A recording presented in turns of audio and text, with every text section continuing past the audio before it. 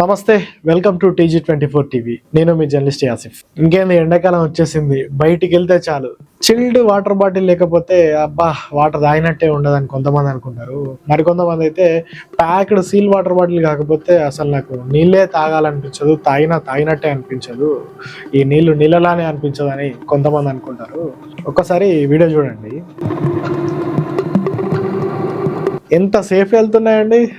చాలా జాగ్రత్తగా, చాలా హైజీన్గా, చాలా ఎట్లా అంటే అసలు ఈ వాటర్ బాటిల్ తాగితే కావాల్సిన రోగాలన్నీ మనం తెచ్చుకునేటట్టు ఉన్నది కదా ఆ వీడియో చూస్తుంటే.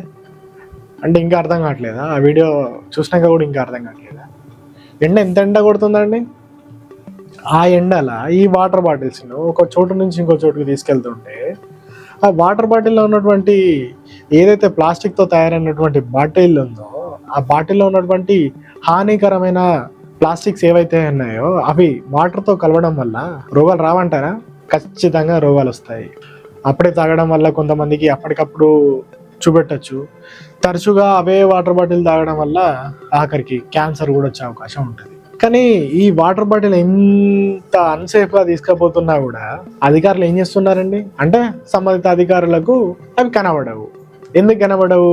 కేవలం ఆ వాటర్ బాటిల్స్ తయారు చేసి వాటిని టెస్టింగ్ ఇచ్చి మళ్ళీ తర్వాత సేఫ్ ఉన్నాయా అన్సేఫ్ ఉన్నాయా ఓన్లీ ఏది వాళ్ళ కంపెనీ నుంచి బయటకు వచ్చే వరకు మాత్రమే. అది కూడా కొంతమంది స్ట్రిక్ట్ గా చూసే వాళ్ళు ఉంటారు, మరికొంతమంది మామూలు మత్తులు అవి కూడా చూడకుండా అక్కడనే ఉండి పోయే అధికారులు మరికొంతమంది ఉన్నారు. ఇంత అన్సేఫ్గా పోతున్నా కూడా మన కళ్ళ ముందే ఆ వాటర్ బాటిల్స్ పోతున్నా కూడా మళ్ళా మనం సీల్ బాటిల్ లేని మనం వాటర్ తాగం. దయచేసి అధికారులు స్పందించండి. ఇటువంటి వాటర్ బాటిల్స్ ఏమన్నా కనీసం మీ కళ్ళ ముందు పోతున్నప్పుడు అన్న వాటిని పట్టుకొని ఇట్లా కాదు పోవాల్సిందని చెప్పేసి సేఫ్టీ ప్రికాషన్స్ ఏవేవి తీసుకోవాలో వాళ్ళ కంపెనీల యాజమానులకు చెప్పండి. అధికారులు స్పందిస్తారా, పట్టించుకోరా అన్న విషయం పక్కన పెడితే ప్రజలారా మీరైనా మీ ఆరోగ్యం మీద మీరు కాన్సన్ట్రేషన్ చేయండి. ఈ వాటర్ బాటిల్ బయట కొనే వాటర్ బాటిల్ దాదాపుగా బంద్ చేయండి. బంద్ చేస్తేనే బెటర్. ఇంకోటి వాటర్ బాటిల్ అంటే నాకు ఇంకోటి గుర్తొచ్చింది. రెస్టారెంట్స్లో ఎట్లా అంటే బయట నుంచి వాటర్ బాటిల్ లోపలికి అలౌ చేయరు. లోపల ఉన్న వాటర్ బాటిల్ కొనేటట్టు ప్రజలకు అందుబాటులో రేట్లు ఉండవు. ఇదేందా అంటే పట్టించుకునే అధికారులు ఉండరు.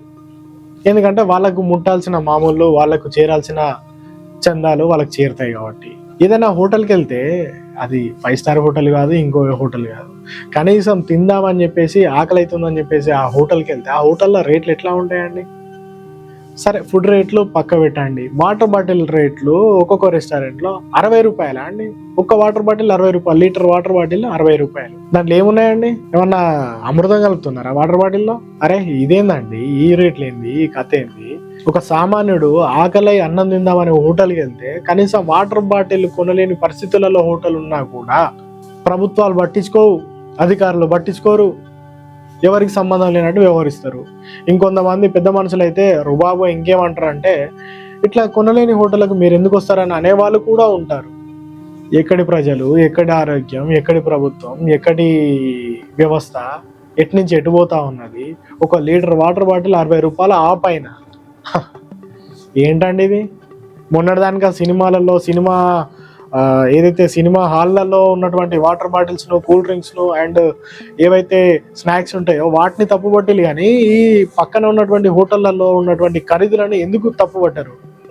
దయచేసి అధికారులు ఆ ప్రజలకు, సామాన్యులకు అందుబాటులో ఉండేటట్టుగా హోటళ్లలో రేట్లు ఉండాలని చెప్పేసి కోరుతా ఉన్నాము. అదేవిధంగా ఈ వాటర్ బాటిల్స్ ఏవైతే ఉన్నాయో సేఫ్టీ ప్రికాషన్స్ లేకుండా వస్తున్నటువంటి వాటర్ బాటిల్ కంపెనీలనే మూత వేయాలి. ఒకవేళ మూత వేయనట్లయితే ఇలానే కంటిన్యూ అయితే ఇలానే చేయడం వల్ల ప్రజల ఆరోగ్యాలు ఏమైతే ఆలోచించండి.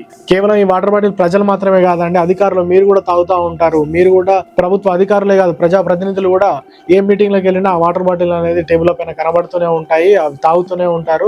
దయచేసి మీ గురించైనా ఆలోచించండి. ప్రజల గురించి ఆలోచించడం పక్క పెట్టినా కూడా మీ గురించైనా ఆలోచించి ఆ వాటర్ బాటిల్స్ ఏవైతే ఉన్నాయో అన్సేఫ్ గా పోతున్నటువంటి కంపెనీలను వెంటనే మూత వేయాలని చెప్పేసి ప్రభుత్వ అధికారులను కోరుతా ఉన్నాను. ఎందుకంటే ఒక కంపెనీ మూత పడితేనే మిగతా కంపెనీలు కూడా వాటికి సంబంధించినటువంటి ప్రికాషన్స్ ఏవైతే తీసుకోవాలో అవి ఖచ్చితంగా తీసుకుంటారు. Thank you so much.